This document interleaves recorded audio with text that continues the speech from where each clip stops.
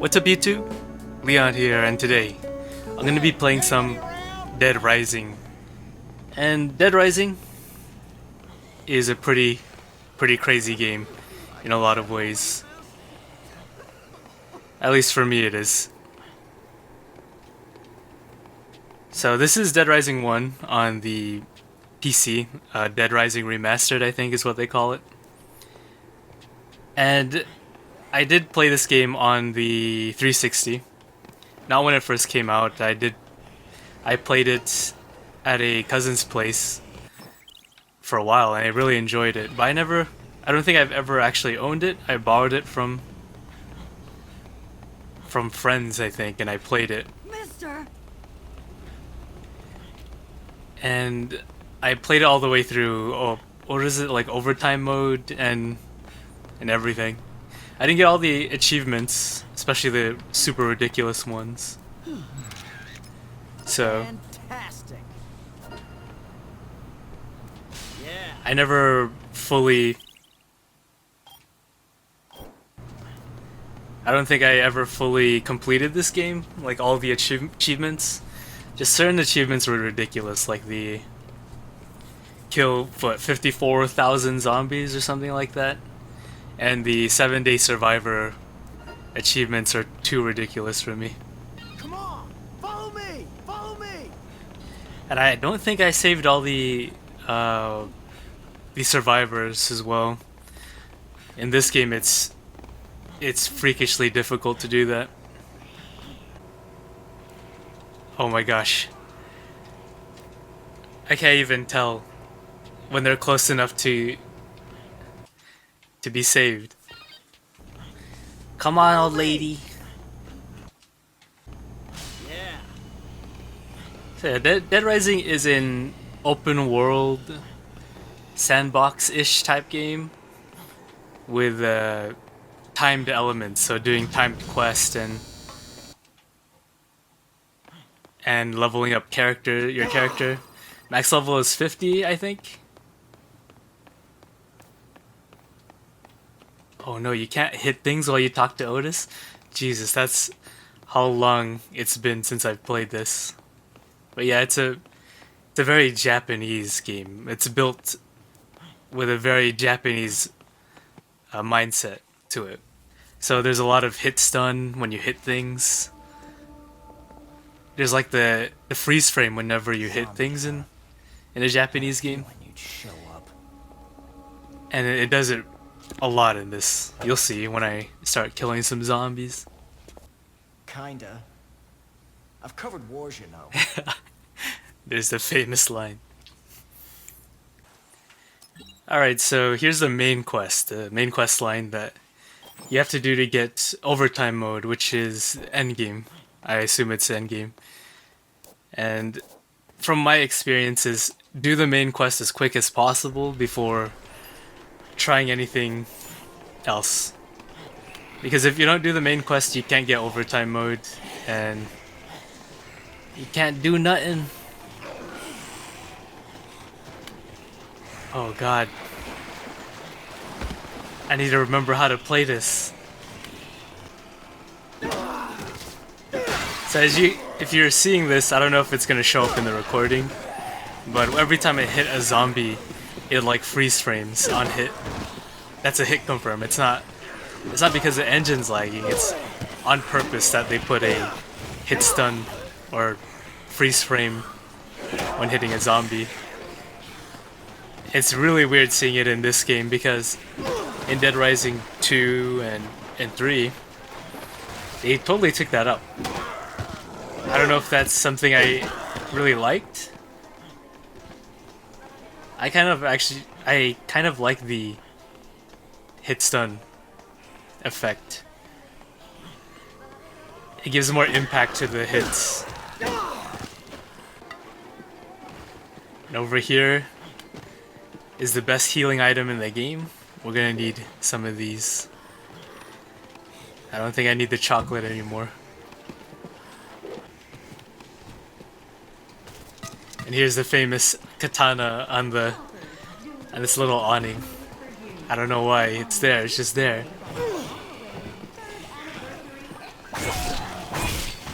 And there's actually no hit stun or hit confirm whenever I use the katana. So yeah, when Dead Rising was coming out and there was a bunch of commercials for it, it was pretty much the game that showed what next gen could do during the time. And I think it's still pretty impressive for what it did. And I still think it's a pretty fun game to play through.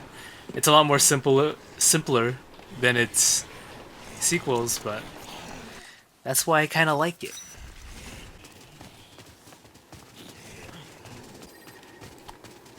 Oh god, even switching stuff cuts him off. Goes to show how much I played the first one or how much I remember it.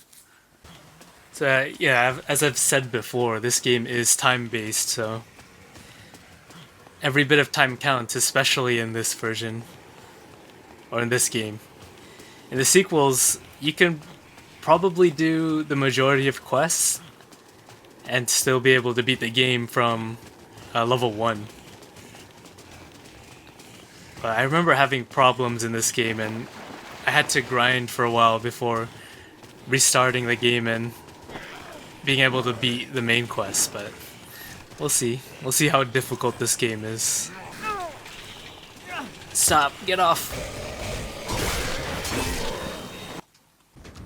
Okay, so here's the first boss. Can I, like, duck? Is that a thing I could do? Oh god. Alright, so guns suck in this game. Why am I even trying to shoot him? I'm gonna go over there and teach him who's boss. Teach him, not show him.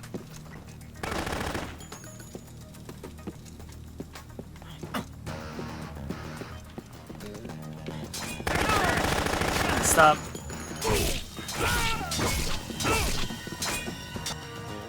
So that's how you do the boss. That's how you do it correctly. And he went straight through the roof. In terms of graphics, it still kind of holds up just because the smaller details are kind of covered up because there's so many enemies.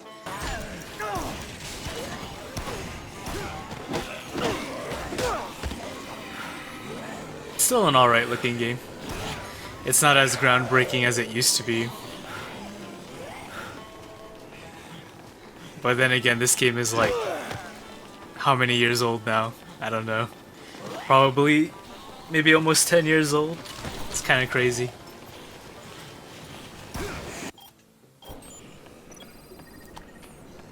Alright, so the story of Dead Rising is that you're just trying to find out the mystery of the zombie outbreak. That's pretty much like every zombie movie. And this is pretty much what you're doing here. You're Frank West trying to figure out who did this, who unleashed the virus. And this arrow is pointing me to this wall for some reason.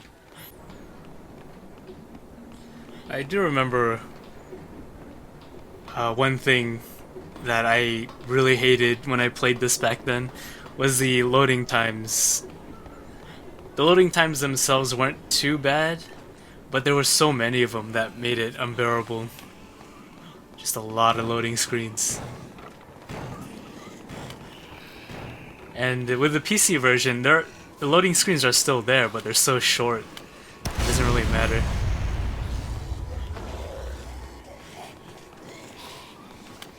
They don't matter that much.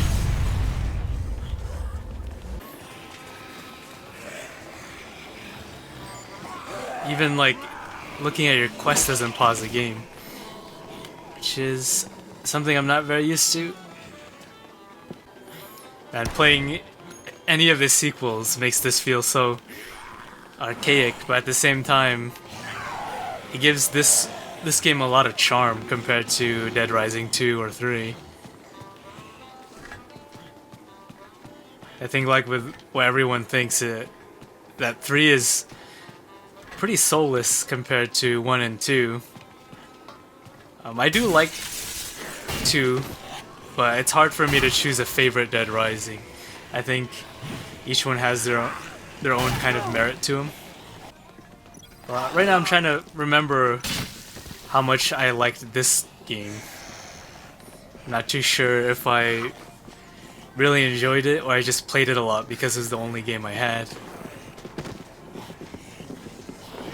But we're gonna find out.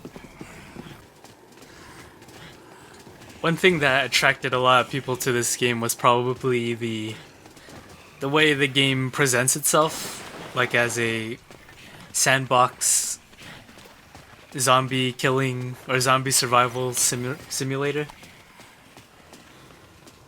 And it doesn't really take itself too seriously, so there's a lot of fun humor to be had. In this day and age when zombie games are all about the serious aspect, Dead Rising comes out and it's really goofy. I'm just like hitting zombies with dumbbells and they go flying like 5 feet. I think this one had one of the best designed mall levels, I guess. I mean, the whole thing is a mall, but just the way they made it seems like a pretty legitimate mall. A little bit too fancy to be in a normal mall, but it seems like a mall that would exist somewhere. And you can't even skip dialogue in this game. In the later Dead Rising, you could just like press a Y and skip everything. But now you gotta watch. You gotta wait. So yeah, EXP is PP in this game, and you get it by killing zombies and doing quests. Oh yeah, great! Fantastic. There you go. Great shot. Alright, so we're done with the first main quest, which means I have all this time to do anything else. And that's pretty much why you would want to do main quests first, is because there's always time in between to do extra stuff. And that kind of goes with any other Dead Rising game too. And I know the new Dead Rising is coming out, Dead Rising 4, but to think that it doesn't have a timed mechanic, it makes it not Dead Rising after that.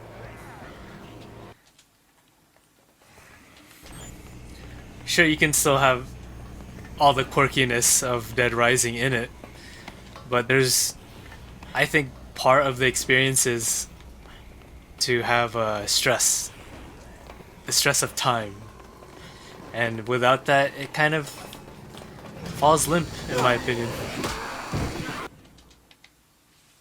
I think the experience is a little bit limp if you take away the timed mechanic.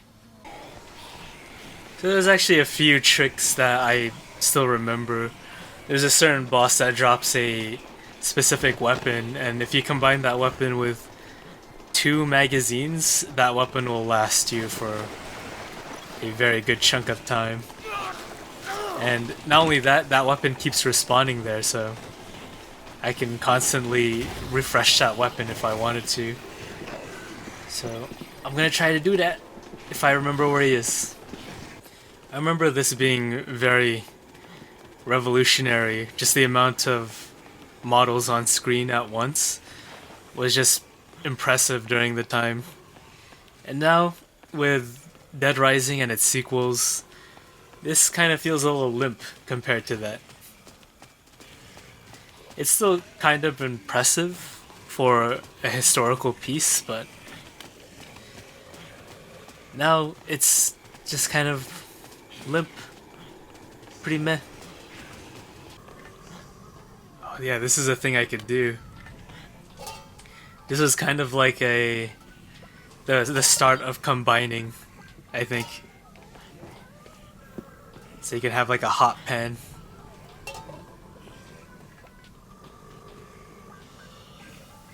There you go. Then hit zombies with it. Hey zombie!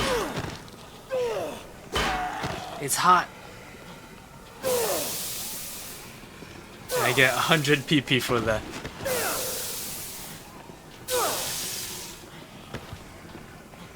See, it's like the little quirky things like that which make Dead Rising. Also, like changing costumes and stuff, which I should do because I do have a lot of time. And just because they don't give you a quest, or Otis doesn't give you a quest, doesn't mean that there isn't secret things around. There's a lot of secret quests that could happen outside of whatever Otis tells you.